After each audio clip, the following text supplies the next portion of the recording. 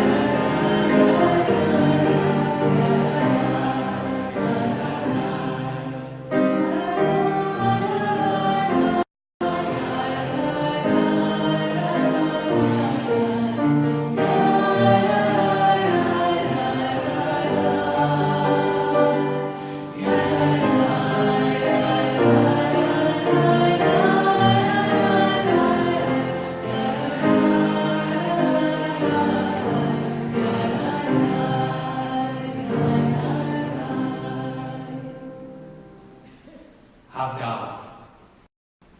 Havdallah means separation.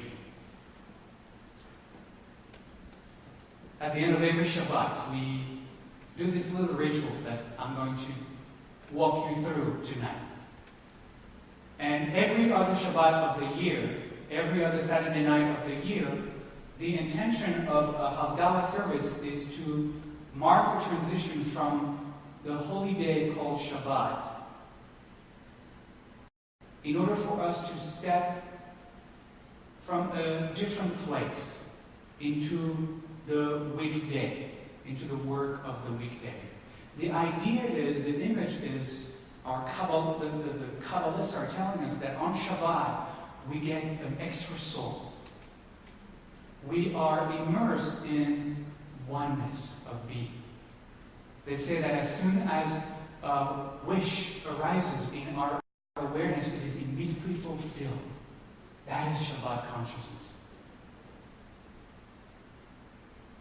And it is very difficult to step out of that kind of consciousness, and the next day in Israel, Sunday is a work day, and the next day to walk back into the office. So the rabbis devised this little ritual to help us mark this transition, to ease into that different state of consciousness, that state of consciousness that sees the world and each other as separate, moving from oneness to separation. There is one Shabbat during the year where this process is slightly different, and it is tonight. Because we are not moving from the holiness of the day called Shabbat, the oneness consciousness of the day called Shabbat, into ordinary days of consciousness, or ordinary consciousness of our days. We are moving into greater holiness. We are entering into a time of deepening realization of that oneness. Our tradition says that this is a process of ma'alim bekedusha. We seek to rise, always seek to rise in holiness. And this is what we are doing tonight. And this is going to take place in a 4-step process. To go from holy to even holier. The first step is the blessing over the wine, which I have right here. You can tell that it's a full cup of wine. The blessing over the wine calls us to awareness. This is the first step. The first step, as we continue to move into the energy of the high holy days, the first step is awareness. Awareness is key. So it is traditional. I didn't do it here, as you can tell, because I can shake the cup and it still contains the wine in it. But in our tradition, we pour the wine not just up to the rim of the cup, but we have to let it overflow a little bit. And this reminds me of the Zen story. There is a beautiful Zen story where the prospective teacher enters the ashram in Japan. And the Zen master always receives the prospective students and invites them for tea. So that student that just arrived walks into the master's room. And the master is sitting on this zafu with the tea table right there, cross-legged, and a cup of tea on each side of the table, and invites the student to please sit down. And the master says, please let me know of your story, let me know who you are, let us get to know one another. And here goes the student, start to tell the master of his entire spiritual life path.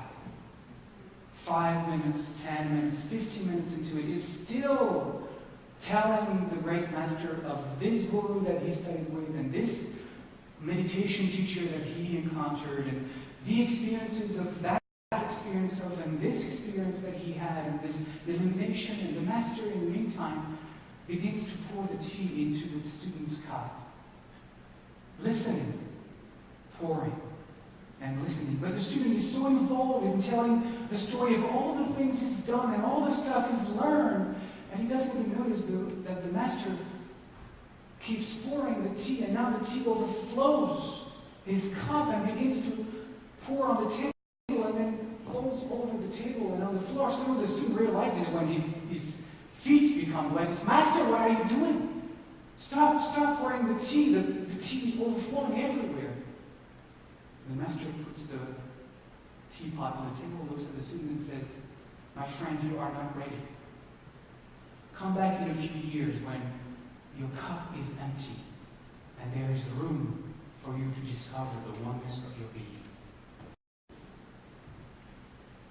This is the blessing of the wine. That we may realize how full our cup already is. And find in ourselves ways to let go of our stories. To really let go of the things we think to know. To let go of our expectations of these holy days. So that we can make ourselves really available to receive what is waiting for you to receive these high holy days. But if you come here with a cup already full, then you will miss. You will miss the song. You will miss the blessing. You will miss the meditation that is going to touch your soul. So we share in blessing the wine. Borei Ri Hagafen. Together, Baruch Atah Adonai Eloheinu Melech Haolam. Borei Ri Hagafen. Blessed One, you are the emptiness that manifests as form, the source of all that is, the creator of the fruit of the vine.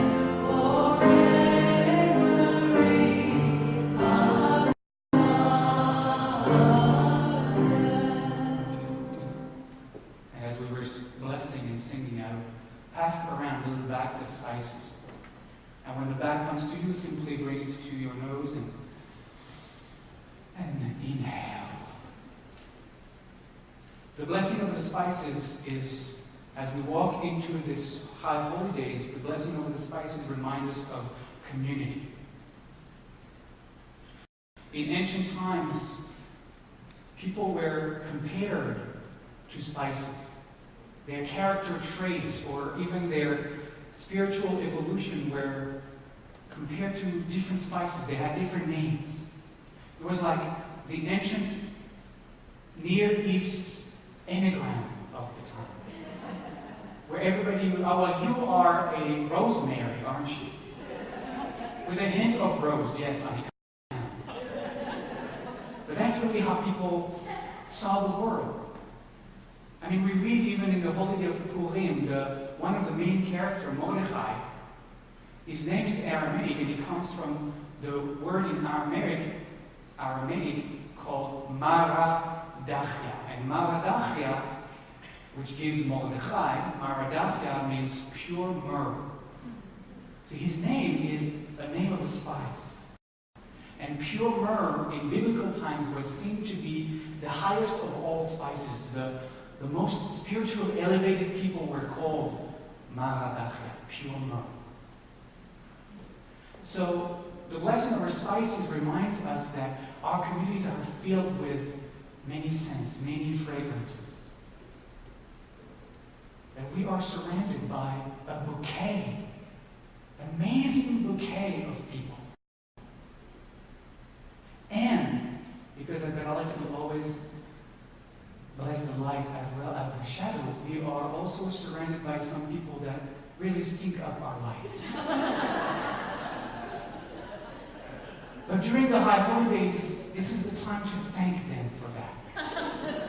Because they are providing us the raw material we need from our reactions to them, for our resenting them, from our being angry at them. They are providing us with the raw material we need to heal into our own psyche, into our own consciousness. So bless the fragrances you love. And bless even more the fragrances you stay away from.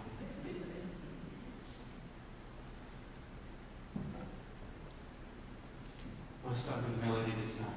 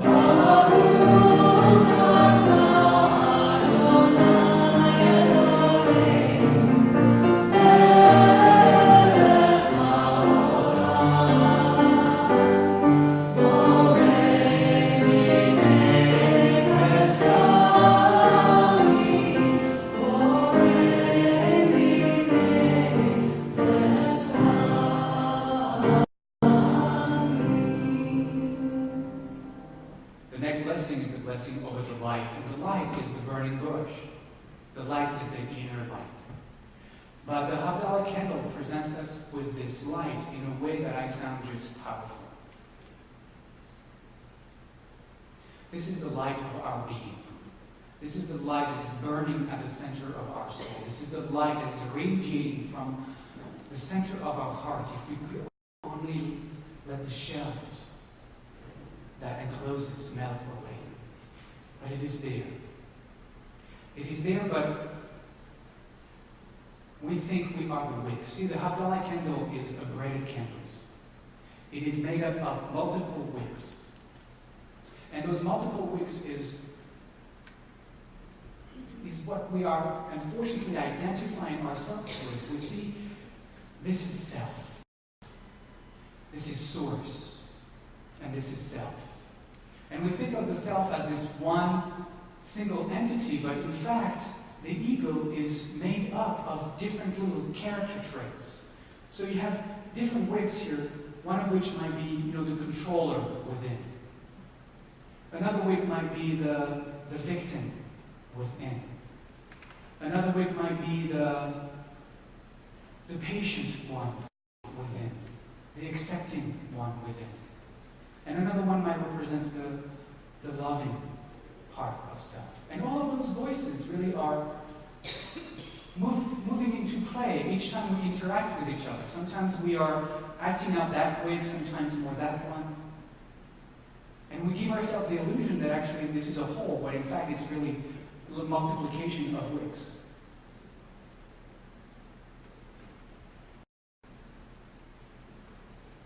But this is about realizing that however multiple the aspects of ourselves might be, they are all expressing, they are all shining the same one flame, the same one light of being. That is as the source, the ground of who we are. So we bless that light, that inner light.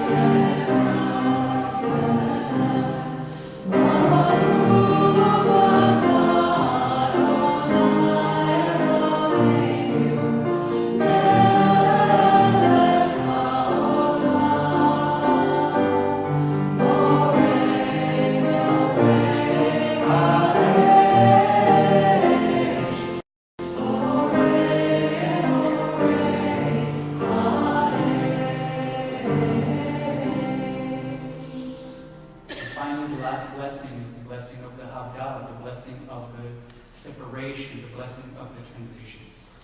This is where we are called to let go. Let go of the year that was, let go of the week that was, and to really right now, in this moment, step fully into those energies that are the high holiness. Make a Havdallah in your heart and in your life. And jump in. The blessing is Baruch Atah Adonai Eloheinu Melech Haolam Hamavdil Ben Kodesh Lechol. And it says the last phrase in English at the bottom of page 4, Blessed One, you are the emptiness that manifests its form, the one who separates that which is holy from that which is yet to be holy.